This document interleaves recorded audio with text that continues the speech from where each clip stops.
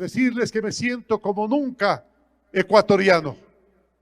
Ser ecuatoriano, carajo, es bastante, es mucho. Lo hemos demostrado en todas las circunstancias que nos ha tocado vivir. No hay motivo de alegría, no hay festejo. Ha habido enfrentamiento entre ecuatorianos, pero es verdad, jamás que se vuelva a presentar una circunstancia como esta. Cumplimos lo que prometimos. Derogué el decreto. Ahora viene un decreto justo que favorezca a los más pobres, a los más desvalidos, a los olvidados de entre los olvidados. Ahora sí viene el decreto. El momento ya lo veremos. Cuando terminemos de dialogar, cuando terminemos de consensuar. El pueblo de Quito, el pueblo de Ambato, de Riobamba y de Cuenca, de la Tacunga, no fue cobarde, fue prudente,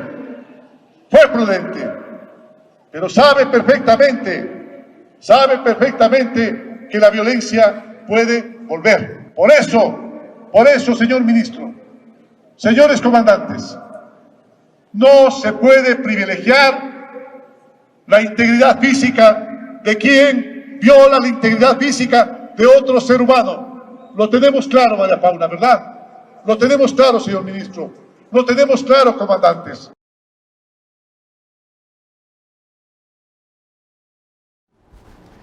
¿Qué tal, amigos televidentes? Bienvenidos a este su informativo TI al Día Internacional, transmitiendo en directo desde el área triestatal de los Estados Unidos para todos los ecuatorianos y latinoamericanos que nos sintonizan alrededor del mundo. Y a quien escuchábamos hace pocos segundos era al presidente de la República, Lenín Moreno, luego de las palabras que dio al volver al Carondelet. Recordemos que durante el paro nacional, el gobierno ecuatoriano fue trasladado al puerto principal Guayaquil por cuestiones de seguridad, y de quien también ha recibido respaldo el presidente y el gobierno ecuatoriano es de parte de la Organización de Estados Americanos, que el día de ayer tuvo una sesión de emergencia para analizar lo ocurrido en el territorio ecuatoriano. Escuchemos parte de las intervenciones de José Valencia, quien es el canciller de Ecuador, y también del representante de Venezuela, obviamente de la oposición. Recordemos que hay dos actores en este país, hablando acerca de la situación que sufrió el país ecuatoriano y la vinculación que puede haber con el gobierno de Nicolás Maduro. Entre los detenidos por los desórdenes hay 41 ciudadanos extranjeros de nacionalidad venezolana. La policía también detuvo a otros 17 ciudadanos extranjeros y un ecuatoriano en un operativo cerca del aeropuerto de Quito. 4 de ellos aún permanecen en la cárcel por disposición de las autoridades al encontrarse en su poder información sobre el movimiento de las caravanas de vehículos del presidente y vicepresidente de la República. Especial preocupación para el Ecuador el pronunciamiento en apoyo de la acción violenta por parte del jefe de las FARC disidentes, que ha retomado las armas en Colombia. Asimismo, nos preocupa la detención de ciudadanos venezolanos en el país en actos de violencia en las manifestaciones. Esos venezolanos detenidos no son inmigrantes que hayan salido de Venezuela buscando una mejor vida, son agentes del gobierno de Maduro, y estos hechos, y esto se evidencia por el hecho de que los acontecimientos de Ecuador han sido saludados por voceros importantes del gobierno usurpador venezolano y por el mismo Nicolás Maduro, dándole la bienvenida a los hechos de violencia y señalando que se trata de una muy feliz demostración de protesta por parte del pueblo ecuatoriano.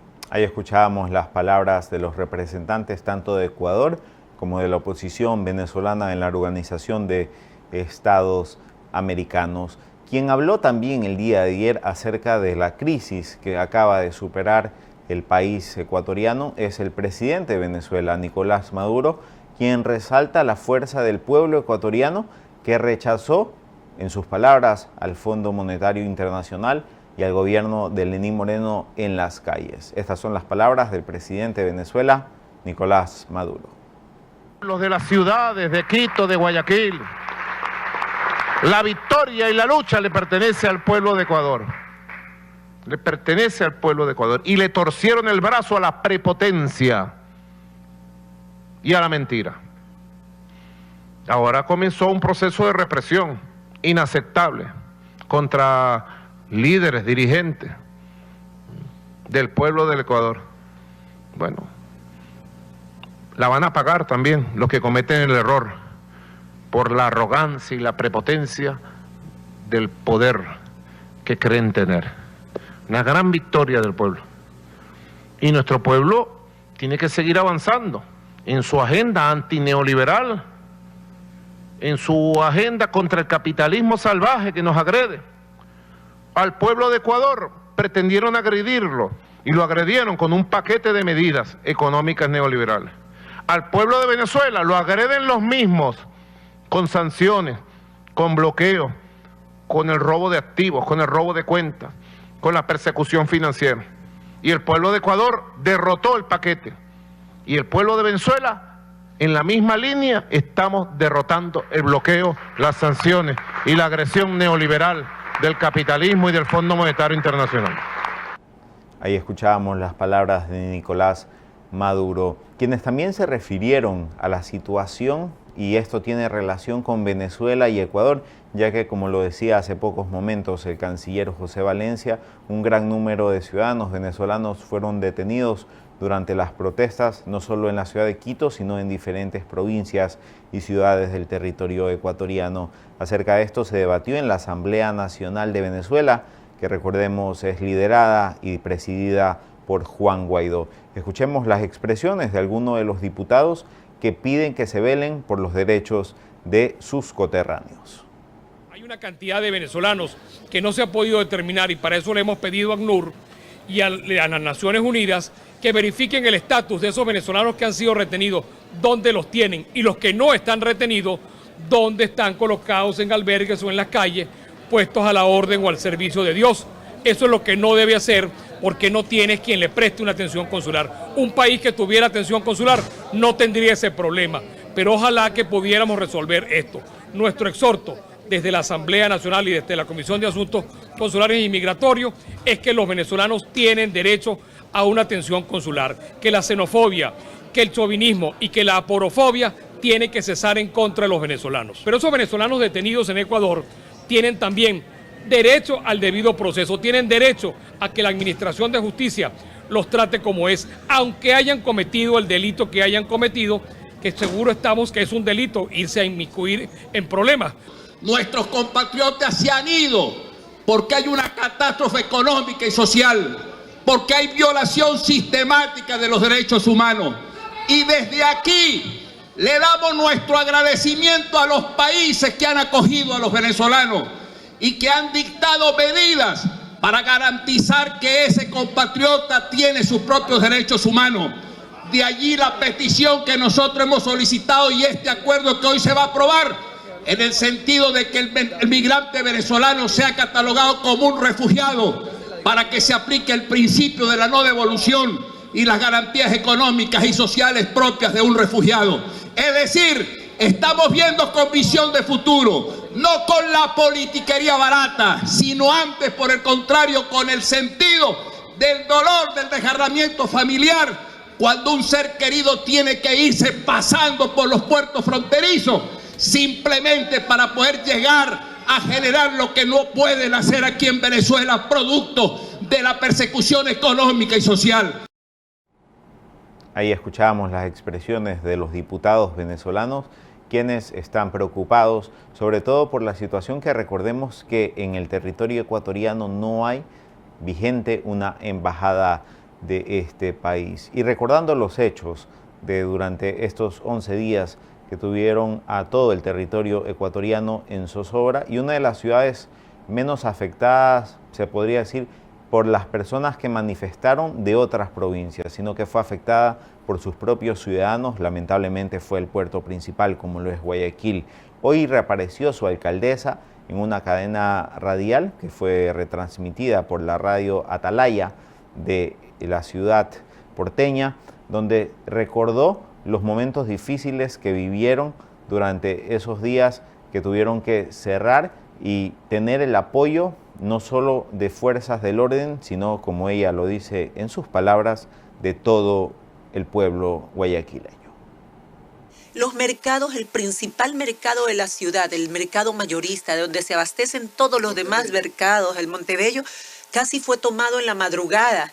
Y los trabajadores... Este feriado, ¿no? Este fin de semana. Y los trabajadores con las puertas cerradas veían que le querían tumbar las puertas. Y el administrador de ahí, Milton, con todos los demás trabajadores, les dijo, ellos son unos 30, 40, nosotros somos más y nos unimos, somos 400, aquí no se meten, hay que defender la comida de Guayaquil. Todos estos momentos que vivió Guayaquil solamente merecen un aplauso. De donde estuvieron la gente salió, el que defendía su hogar para que nadie se meta en su hogar. La gente de la bahía que salió con palos a esperar a los pandilleros o a los ladrones, delincuentes que querían asaltarlos. El barrio del sur, donde hubo mujeres también que salieron junto con hombres con palos y piedras a defender la farmacia de su barrio. El niñito Andrew, que salió uniformadito el día de las batallas, sí, y que él iba a clase y quería ir a clase. Todas estas cosas nos dejan un sabor, en medio del caos, un sabor positivo. Vi a gente que recogía a los demás en su camioneta para ayudarlos a llegar a su destino. Vi a personas que llegaban a pie a su trabajo, así sea después de 3 horas, pero llegaban. Eso es Guayaquil. Por eso me siento tan orgullosa de ser parte de esta ciudad, de que me hayan permitido ser parte de esta ciudad. Guayaquil fue defendida, que tuvimos ataques, inclusive internos, de pandilleros y de delincuentes. Fue una de las pruebas más duras que ha tenido que vivir esta ciudad. Y el país en general, Yo he vivido momentos duros en política. Nunca he visto algo tan grave como lo que sucedió ahora y cómo cada ciudad tuvo que autoprotegerse porque si no los efectivos policiales o la fuerza pública o las fuerzas armadas no abastecían. Aquí tanto fuerza pública y civil se dieron la mano, que era con lo que tengamos a defender la ciudad, proteger las entradas de la ciudad, cerrar las entradas de la ciudad si era necesario, pero cerrarlas para que no nos lleguen estos cerca de 300 vehículos a Guayaquil. Esa es mi responsabilidad y felicito la actuación de todos los que trabajaron en conjunto.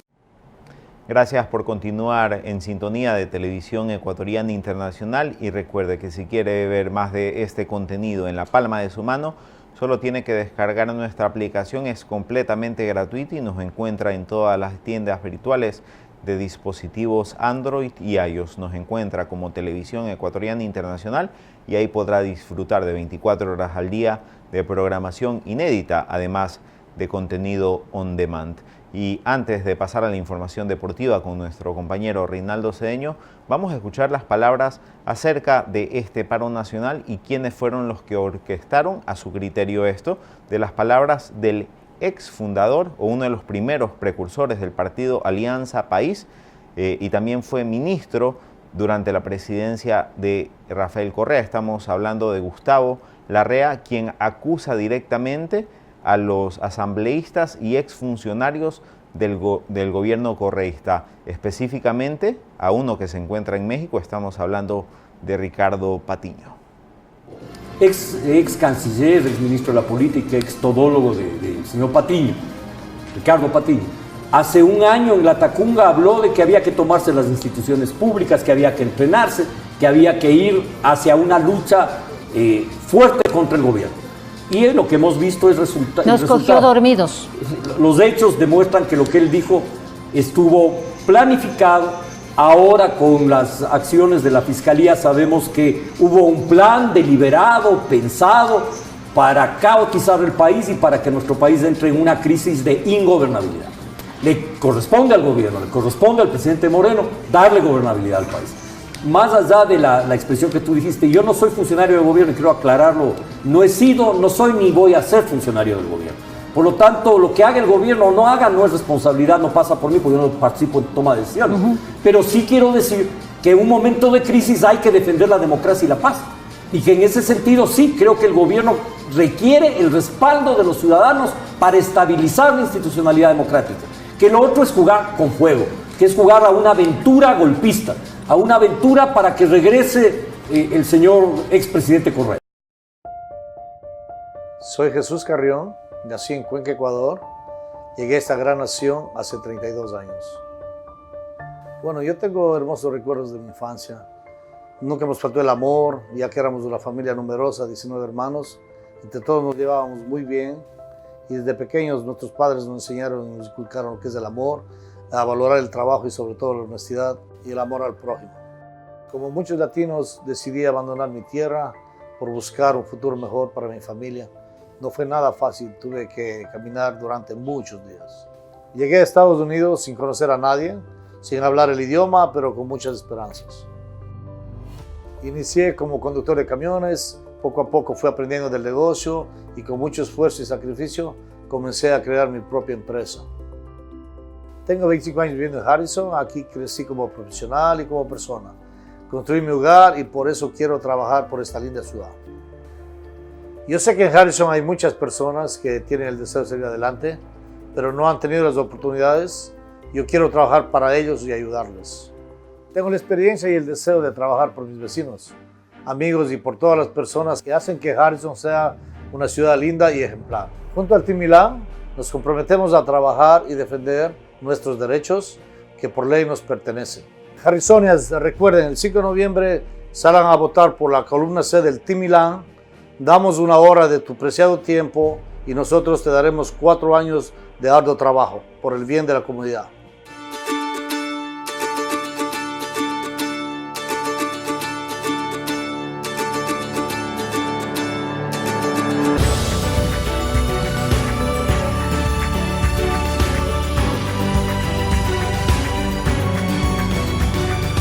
Cuando descansas de verdad, no hay reto que se interponga. Bedio, descanso que renueva.